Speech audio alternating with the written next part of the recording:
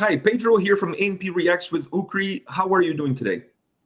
I'm doing fine. The weather is amazing, and it's been for a couple of weeks, and I've been outdoors all the time. I don't want to waste any day spending indoors too much. I've seen your pictures on Instagram. You've been posting some really quality shots of some nice sceneries. Are those near where you live? By the way, where do you live exactly in Finland?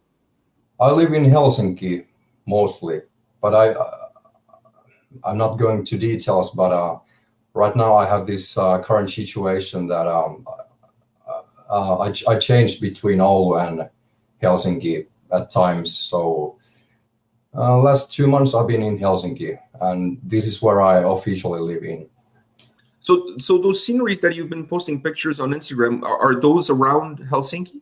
Yes, the one I posted yesterday, that was actually surprisingly only half an hour drive from here, which I was very surprised because I had this idea that the national park was like 2 hours away.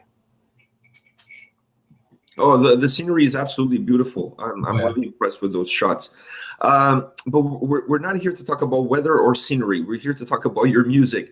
And the first question that I have for you is, you've played in several different bands. You've played with Whispered. You've played with Before the Dawn. You've played with A Bath. Like you've just played with a lot of different bands that have a lot of different styles. Yeah. Yes. How do you adapt to go from band to band and fit into those different genres, into those different styles?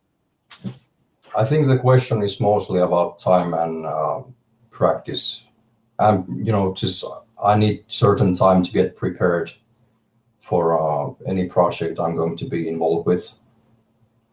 Sometimes I get I might get 6 weeks time to practice just by myself. Sometimes I get 2 weeks, and it changes, and it's interesting. I really like changing from project to another, and I think what is the hardest part about it is that you kind of have to adapt your playing style and using your body to hold different styles and hold different adaptations. But over time, what seems to happen on me is that my whole playing gets more integrated. So, because I've been talking with some of my colleagues, they play in very different bands, and they say they have this problem that it's very hard to adapt from playing some really heavy groovy stuff to playing technical death metal, for example, because you kind of have to transform your whole style of playing to a different project. But I guess what's happening to me is that my playing is getting more integrated, so I don't have to make rapid changes from one style to another. So would you say that playing in so many different bands that have so different styles, I mean, the styles are not even, in some cases, not even similar, does that make you an overall better player, better drummer? Definitely, yeah. I think I have a very good background in, I've always been very metal-oriented musician. And I've been playing very many different kind of sub-genres of metal. So I have pretty good backgrounds to playing different styles of metal even before I played in any bands. Now let me ask you this, because when I hear you talk about playing in different styles and merging your playing style into one and becoming a better drummer, the next question I have about that is, we all have a specific genre of metal that we really like. And Yes. when you're playing in bands that are so different, like from black metal to melodic death metal to technical death metal, do you have to enjoy each genre in order to be able to perform the songs in that live setting, or you enjoy drumming, so it doesn't really matter what the genre is, you're able to enjoy what you're doing at that specific moment? No, it's definitely about enjoying the whole music. I consider myself mostly as a drummer, instrument-wise.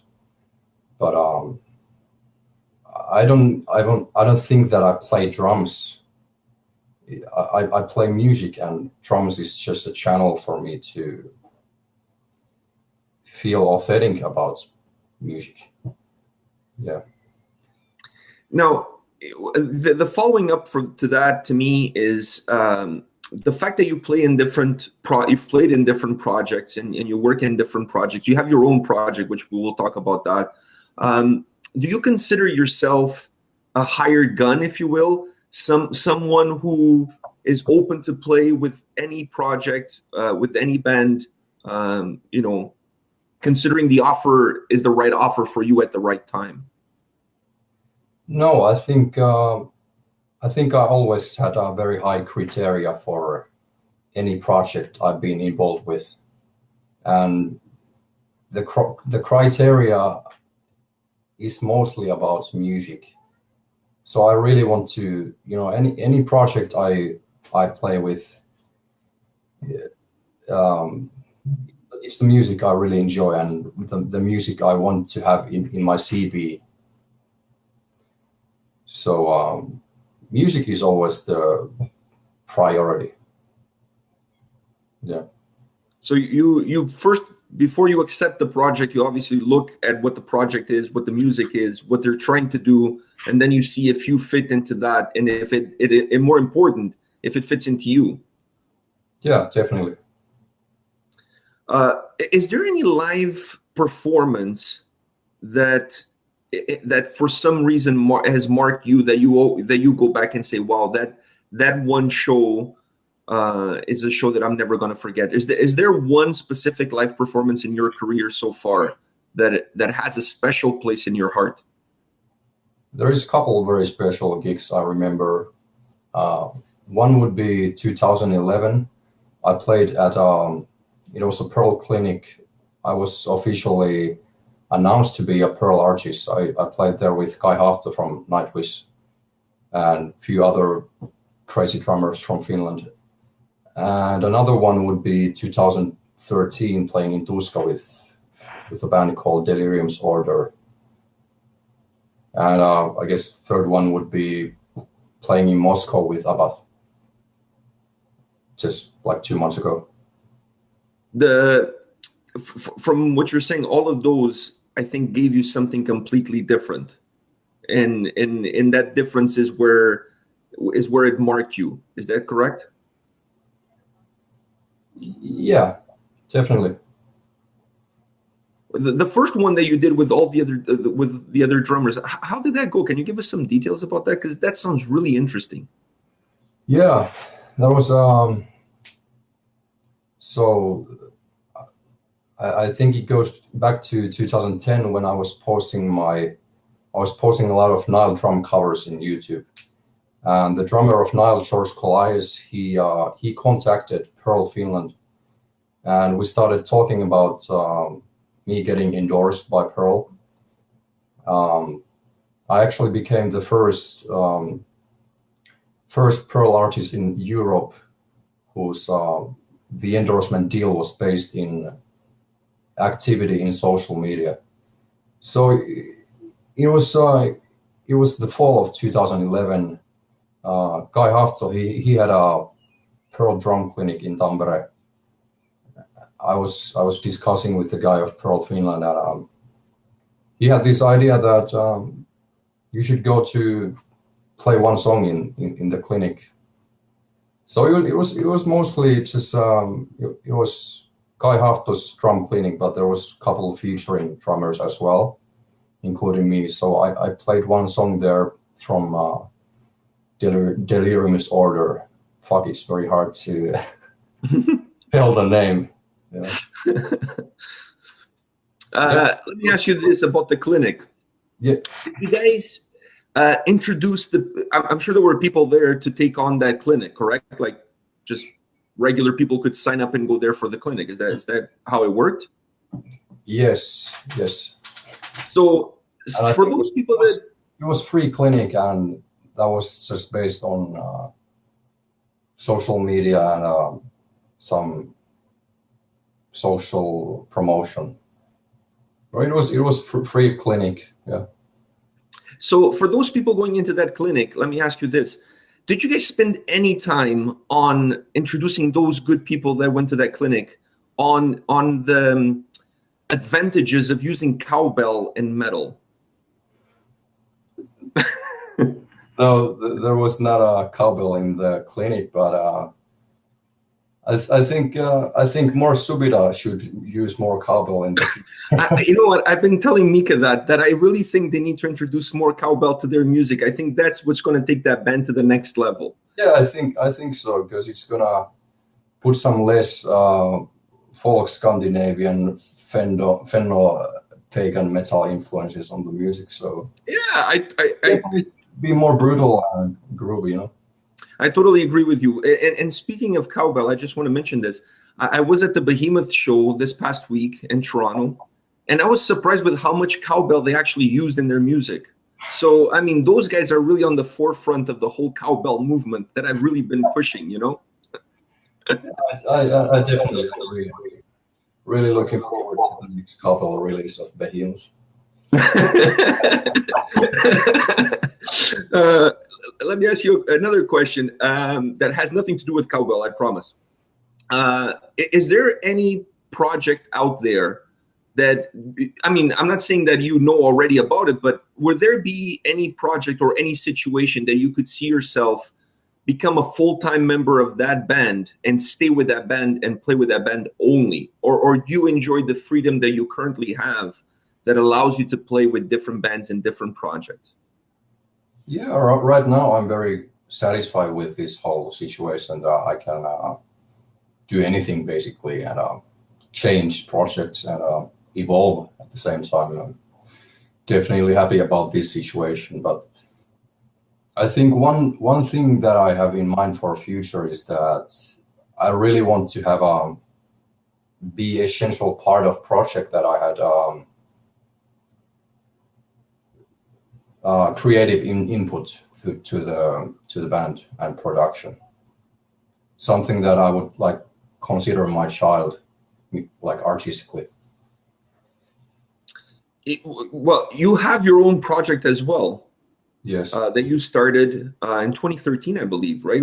That's when you did the second release of your project? Yes, that was the second release. So in 2010, I released my first EP in YouTube, which I posted as separate clips, just video clips, and I never posted it in as MP3 or Spotify or Bandcamp. It's just YouTube, and not so many people are familiar with it.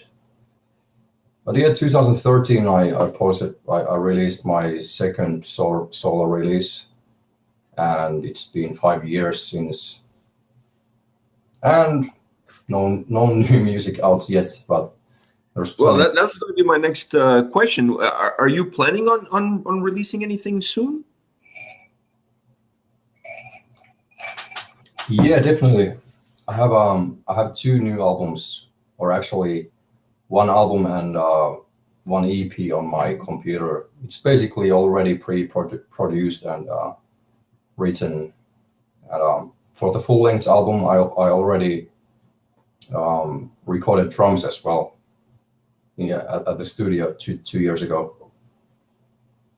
You did, for people that don't know, you pretty much played every single instrument, and you also did the singing in the second release that you did in 2013. So I'm assuming you probably will be doing the same in any future releases. Yes. To me, it's kind of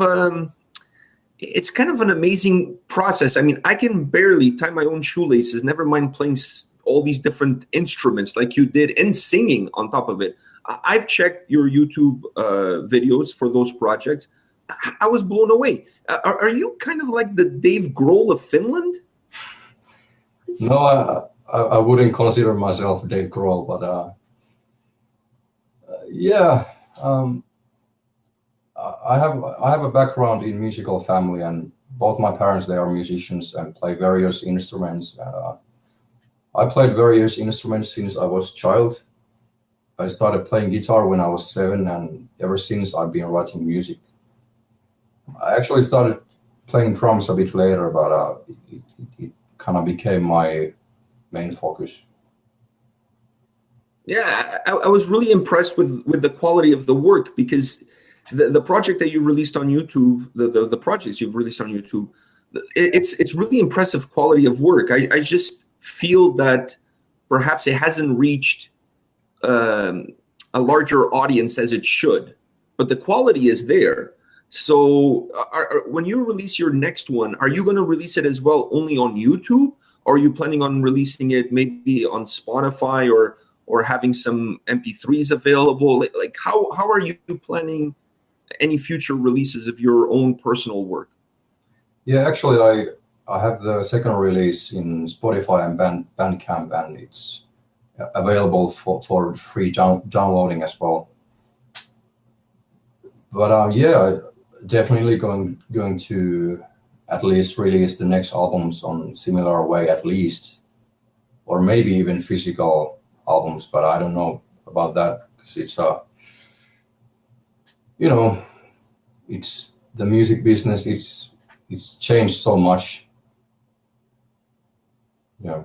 You know, everybody that I talk to tells me two things, and I want to see if you agree with those two. First thing they say is music business has changed a lot over the last couple of years. Yeah. The second thing that people say to me is that there's no money in music. Now, my question is, if there's no money in music, why there's so many people starting their own bands? Sorry, did you ask why? Yeah. Well, I guess you don't do it for the money. You do it because you enjoy playing. Yeah, exactly. I don't know. I never had this idea about getting money on music, or of course it is there. The idea is there, but it's not like I never intentionally have worked towards getting money on music. So it's just about to me music is just something very deep and very, very personal, and it's quite easy to release music on your own nowadays, because you can make very high quality demos just by yourself and just put it out on the internet. You basically, you don't need high budget to release an album. No, the technology has evolved such that you can pretty much create a whole album in your own house with your computer and with your instruments, and reach a much larger audience than you could 10 years ago. Yeah. So definitely, I think the technology is there to help you do that. Now, the maybe the negative side is that it's not only there for you, it's there for everybody. So the market perhaps gets flooded with everybody doing the same thing, don't you think? Yeah, I think that's exactly what it's about. It's not only about music business, but it's also about music in general. That we have this massive sort of fluid of everything, and it's hard to get how you call it, hard to be unique and hard to be noticed as something special. Yeah, you almost have to create like a gimmick or something. Like you need something to set you apart from the rest of the guys. Yeah, definitely. I saw a comment that you posted on Facebook, and I'm going to be honest with you. I wasn't sure if you were being sarcastic or if you were actually being serious about the comment. It really caught me off guard, and I really didn't know where to go with it. And then we after that we started a conversation about it. And even while we were talking, I still wasn't sure if you were joking with me or if you were actually being serious. And the comment was of how good Lars Ulrich from Metallica is as a drummer. Now, were you serious? I was both serious and both sarcastic.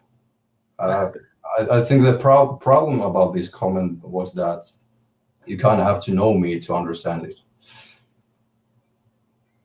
Anyway, okay. It's my personal Facebook I'm using. So, but yeah, definitely there's this both sides. I'm definitely kidding about it as well, but as well I'm serious about it, because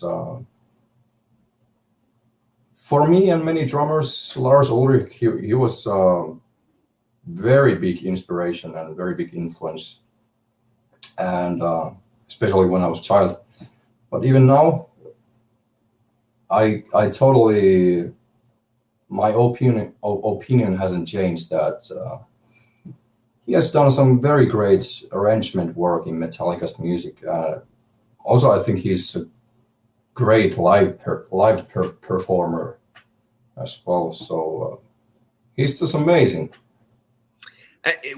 This leads me into two questions that I have. One is there a drummer out there that you really look up to and you've looked up to for a long time that you would love to meet in person? Is there somebody out there that really you put it on the top of the mountain as far as drummers are concerned? Yes, definitely. That would be Thomas Hake and George Calais. But actually, I met them both a couple of times. So, how did that go? Meeting, like, I mean, you idolize those guys, and then you finally meet them in person. How did it go? It was fun. It was fun and adventurous, so to speak. Yeah, it's a couple of years since these meetings, but I have definitely good memories about it. Were you like a little bit like a schoolgirl, like a little fanboy? Did you ask for an autograph or something? Because I'm saying this from my own personal experience. I mean, I have a couple of idols of mine musically, and I think if I met them, I think I would shit my pants. Yeah. It's kind of, there's many sides to this, many feelings, because at the same time, these are the persons that you kind of idolize and looked up for so long, but at the same time, they just happen to be the coolest guys ever and just very nice people to spend time with. That's a good thing, because sometimes you idolize people, and then when you meet them, it doesn't really translate to what your image was of them. You know what I mean? So it's nice when those two worlds come together in a positive way. Yeah. Then the second part of my question is, besides the drummer, is there any band out there that you would say, man, I would love to one day play with those guys? Because I really like the band, but more important, I'm a huge fan of their music. Is there one band out there that really moves you? I would love to play live with Slipknot. Really? Yeah. I'm not a huge fan of this band, but they have crazy good energy and they are a crazy live band. So I would definitely love to experience this. I'm starting to notice here something with you. I think you enjoy bands that either paint their faces or wear masks. Well, I'm noticing a pattern. Well, it's easy to notice because it's so rare, because most bands, they don't use masks. But yeah, but the latest bands I've been playing with, I've been actually thinking about this myself as well, because both latest bands I've been playing with, Whispered and Abath, they used masks. When I was on tour with Whispered, I was kind of expecting to get to sort of similar band next time as well. I mean, mask-wise. Do you enjoy that part of the show, because it becomes part of the show? Yeah, it's like it's almost like an alter ego or a different identity, sort of. I was just going to say that it's almost like you allow yourself to create an alter ego that comes through in that persona. Yeah, it's very nice, because anyways, when you are going to stage with any band, you